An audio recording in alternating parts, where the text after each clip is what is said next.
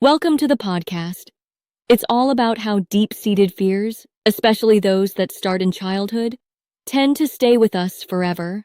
Um, you know, if we never really tackle them early on. Right, yeah. So we're looking at fear as something that once seated in our young years can, well, affect us even as adults. Exactly. Think of it. It's like if you have a traumatic experience, say a bike accident when you were a kid, it can create this lasting fear of riding bikes, and it just Yep. lingers. Instead of growing out of it, it can shape your future choices. And that's interesting because we often assume that with time and maturity, these fears will just dissolve on their own. But apparently, if left unaddressed, they stick around. Right. The idea here is that if you experience something scary like that, and you don't actively work to overcome it, it can end up blocking you in the long run. It's like an internal barrier that even adulthood can't simply erase.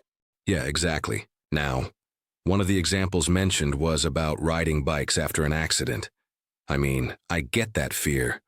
But don't you think sometimes it's just a rational caution rather than a crippling fear? That's a really good point. But, in these cases, it's not about healthy caution.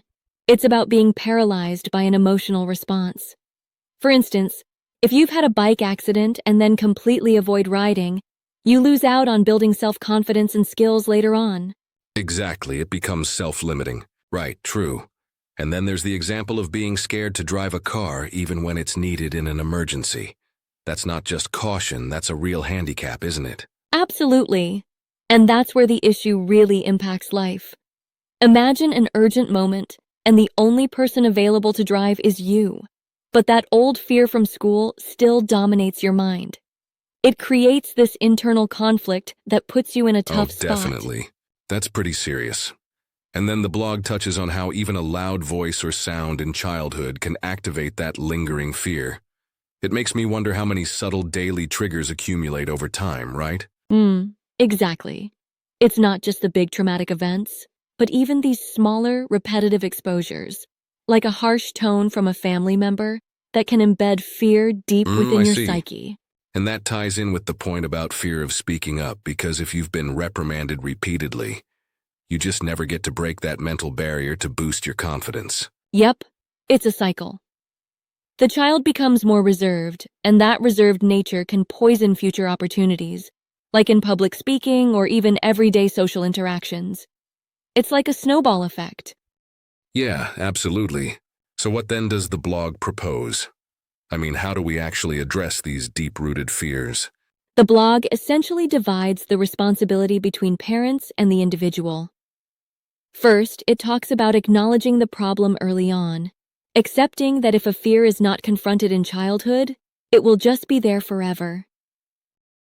Got it. That makes sense, but isn't it a bit harsh to say it's solely up to the child once they grow up? Well, not exactly. It emphasizes self-responsibility too. Once you're an adult, if you recognize that you have this fear, for example, the fear of public speaking, you need to actively work on it.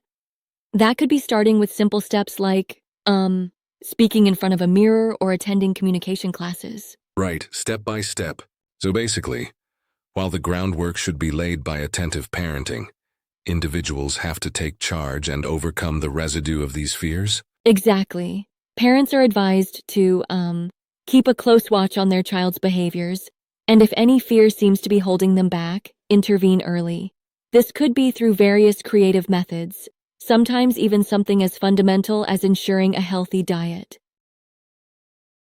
Yep, that's interesting. Diet? Now that's a twist. I wouldn't have connected nutrition with emotional well-being so directly. Yeah, it might seem surprising, but the blog suggests that a balanced intake, especially incorporating fruits and dry fruits, helps in keeping both the body and mind sharp. It's a sort of holistic approach. Nutrition supports mental resilience. Makes sense. So, layering both environmental and internal strategies. I like that. It's not just telling kids don't be scared, but gives practical everyday steps to build courage. Right. It's very pragmatic, showing that overcoming fear is a process.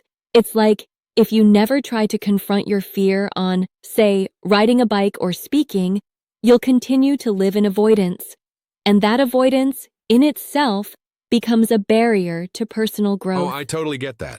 And a question that comes to my mind is, sometimes, fear is a signal for self-protection. What if we misinterpret it and force ourselves too hard? That's a fair challenge. Fear indeed has its evolutionary roles, protecting us from danger. But the point here is about disproportionate or unfounded fears that overshadow rational judgment. It's about identifying when fear is holding you back unnecessarily. True. So it's a delicate balance then, recognizing genuine caution versus irrational fear that limits potential. Exactly. And the blog drives home the idea that the sooner you begin to address these fears, the better off you are. It's almost like you can reprogram your mindset before it becomes ingrained. Absolutely right. And in terms of practical steps for an adult, besides mirror practice and classes, what other creative ways does it suggest? Well, it hints at exploring any method that resonates with you personally. Some might start small with public speaking clubs, others might engage in social interactions gradually. It's very individualistic. You need to find and, challenge your specific barriers. Yeah.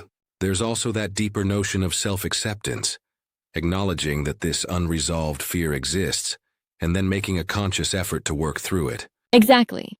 Self-awareness is key. And by accepting that a piece of your past is influencing your present, you empower yourself to take control. It's like, once you've acknowledged it, you can finally dismantle it brick by brick. Right, brick by brick. It's a message that really challenges both parents and individuals to not let childhood fears dictate their future. That's, pretty empowering in a way. Definitely. It's all about breaking that cycle. The blog reminds us that what we go through in our early years impacts us significantly, but it also encourages active intervention, so it's not a life sentence to fear. Yeah, and that's a hopeful outlook. And just thinking about it, if we extend that metaphor, managing fear is like training a muscle. It just gets stronger with practice and the right guidance, right? Absolutely, exactly. It's like, every small victory over fear, whether it's riding a bike again or speaking up in a meeting, builds your confidence and gradually reshapes your thinking. Right. But let's play devil's advocate for a moment. What if the fear is so deeply rooted that these strategies just don't seem to work? That's a valid critique. Some fears are indeed intense and might require professional help, therapy, or counseling. The blog subtly acknowledges that self-help and parental guidance can only go so far, and sometimes external, professional intervention is crucial. Yeah, absolutely. So it's not just a DIY project. It might sometimes need expert involvement, especially if the fear severely hampers everyday functioning. Precisely. And that's an important reminder. Addressing fear isn't a one-size-fits-all solution. It often takes a tailored, sometimes multi-pronged approach. That makes a lot of sense. Overall, the conversation reminds us that whether through proactive parenting or personal determination, it's never too early or too late to start confronting and, overcoming these long-standing fears. Exactly. And before we wrap up, it's clear, that facing these internal battles is essential for a fulfilling, empowered life. Whether it's a fear of loud voices, riding a bike, or speaking up, each step you take is a step towards freedom. Yeah, absolutely. It's been a fascinating dive into the idea that fear, if left unattended from a young age, can indeed last forever. But with the right approach, you can rewire your responses and reclaim your life. Exactly. And that empowering message is something we can all take to heart.